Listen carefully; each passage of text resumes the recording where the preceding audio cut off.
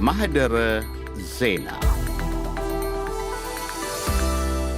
አሜሪካና ኢራን በፓኪስታን ዋና ከተማ ኢስላማባድ ሲያካሂዱ የነበረው የተኩስ አቁም ድርድር ያለምንም ውጤት ተጠናቋል። ትናንት እሁድ የተጠናቀቀው ንግግሩ ዓለም አቀፉ ኢኮኖሚያዊ ቀውስ ያስከተለው ጦርነቱ እንዲያበቃ አንዳች ተስፋ ያስገኛል ተብሎ ቢጠበቅም ከተስፋነት አልዘለለም። ከስምምነት ላለመድረሳቸው ሁለቱም ሀገራት በተለጠጡ ፍላጎቶች መቅረባቸውና አንዱ ሌላውን ተጠያቂ ማድረጋቸው በምክንያትነት ተጠቅሷል። በጦርነቱ ሁነኛ ሚና የነበራት እስራኤል በበኩሏ በኢራን ላይ ስትፈጽመው የነበረው ጥቃት ከተገታ በኋላ ፊቷን ወደ ሊባኖስ አዙራለች። መዲናይቷ ቤይሩትን ጨምሮ የደቡባዊ ሊባኖስ መንደሮች ወደ ፍርስራሽነት እየተቀየሩ ሲሆን ሊባኖሳውያን መንግስታቸው ከእስራኤል ጋር ለመደራደር ፍላጎት ማሳየቱን ተከትሎ ለተቃውሞ አደባባይ ወጥተዋል። የመካከለኛው ምስራቅ አሁንም ያተኩሳል። ጤና ይስጥልን አድማጮቻችን፣ ይህ ማህደረ ዜና ነው።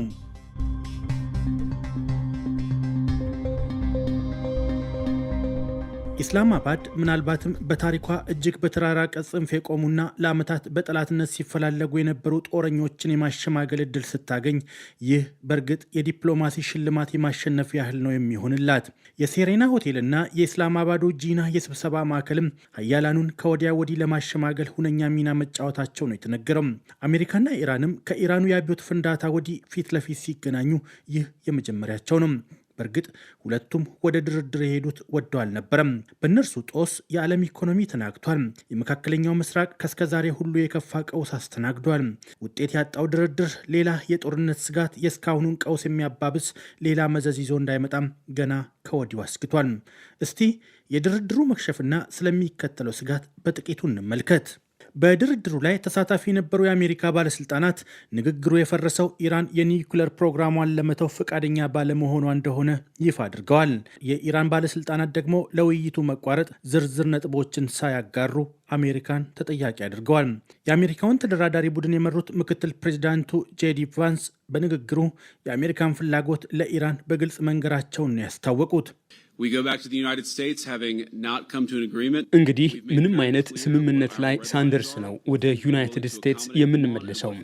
ቀይ መስመሮቻችን ምን እንደሆኑ፣ በምን ጉዳዮች ላይ ልንስማማላቸው እንደምንችልና በምን ጉዳዮች ላይ ደግሞ ልንስማማላቸው እንደማንችል በግልጽ አሳውቀናቸዋል።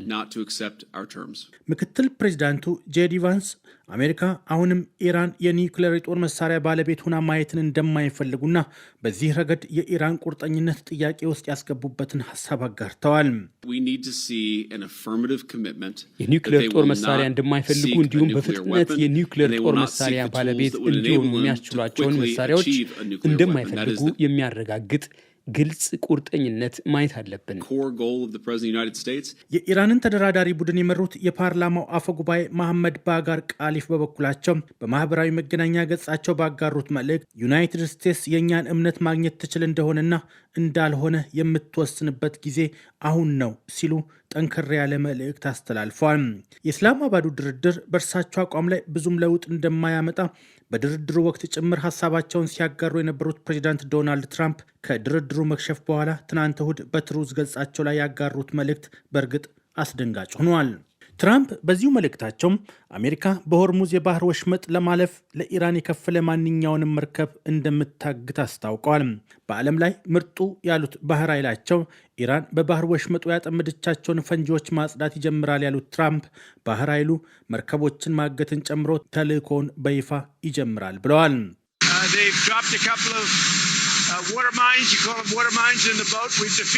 ጥቂት የውሃ ፈንጂዎች እናንተ የውሃ ፈንጂዎች የምትሏቸውን ባህር ላይ ጥለዋል።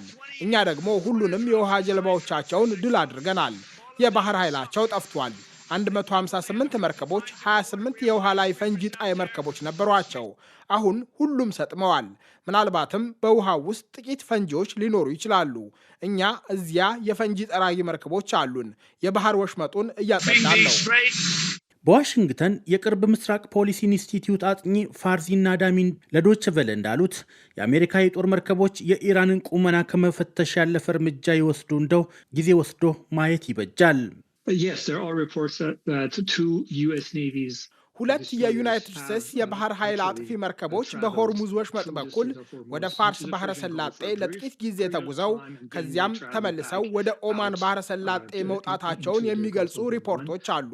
ሁኔታው መርከቦቹ የባህር ላይ ፈንጂዎችን ብቻ ሳይሆን ሌሎች ማናቸውንም የኢራን ስጋቶች ምልክቶች ለመፈተሽ ሁኔታዎችን እያጠኑ እንደሆነ ያሳያል። ያለፉትን 40 ቀናት በአሜሪካ እስራኤልና ኢራን መካከል የተካሄደው አውዳሚ ጦርነት ቀጠናውን ቀውስ ውስጥ ከቷል። በጦርነቱ በርካታ ሰዎች የተገደሉባት ኢራን ብርቱ ሰብአዊና ቁሳዊ ጉዳት ማስተናገዷ ተዘግቧል። ጦርነቱ ከተጀመረበት ዕለት አንስቶ መሪዋና ከፍተኛ የጦር ሹማምንቶቿ የተገደሉባት ኢራን ይህ ዘገባ እስከተጠናቀረበት ሰዓት ድረስ 3753 ሰላማዊ ሰዎች መገደላቸውን ይፋዊ መረጃዎች ያመለክታሉ። ከነዚህ ውስጥ በመቶዎች የሚቆጠሩ ህጻናት ይገኙበታል ነው የተባለው። ኢራን ውስጥ የኢንተርኔት መስተጓጎል በመኖሩ ትክክለኛውን መረጃ ማግኘት አዳጋች በማድረጉ ትክክለኛውን የጉዳት አሃዝ ማግኘት አዳጋች ማድረጉን ነው የጦርነት መረጃዎችን የሚያቀርቡ ገለልተኛ ተቋማት የሚገልጹት። በጦርነቱ የኢራንን ያህል ባይሆንም በእስራኤልና በቀጠናው ባሉ የአረብ ሀገራት ላይ ከፍተኛ ሰብአዊና ቁሳዊ ጉዳት ደርሷል። እስራኤል 19 ሲቪሊያውያን እንደተገደሉባት ይፋ ስታደርግ የኢራን የበቀል እርምጃ ገፈት ቀማሽ የሆኑ የአረብ ሀገራትም የከፋ ኢኮኖሚያዊ ጉዳት ያስከተሉ ጥቃቶችን አስተናግደዋል። ሰብአዊ ጉዳትም ደርሶባቸዋል። የጦርነቱ ገፈት ቀማሽ የሆነችው ሌላው ሀገር ሊባኖስ ስትሆን እስራኤል ከኢራን ጎን ለጎን የሊባኖሱን ታጣቂ ቡድን ሄዝቦላን ኢላማ ያደረጉ ናቸው ባለቻቸው ጥቃቶች በርካታ ሰላማዊ ሰዎች መገደላቸው ታውቋል።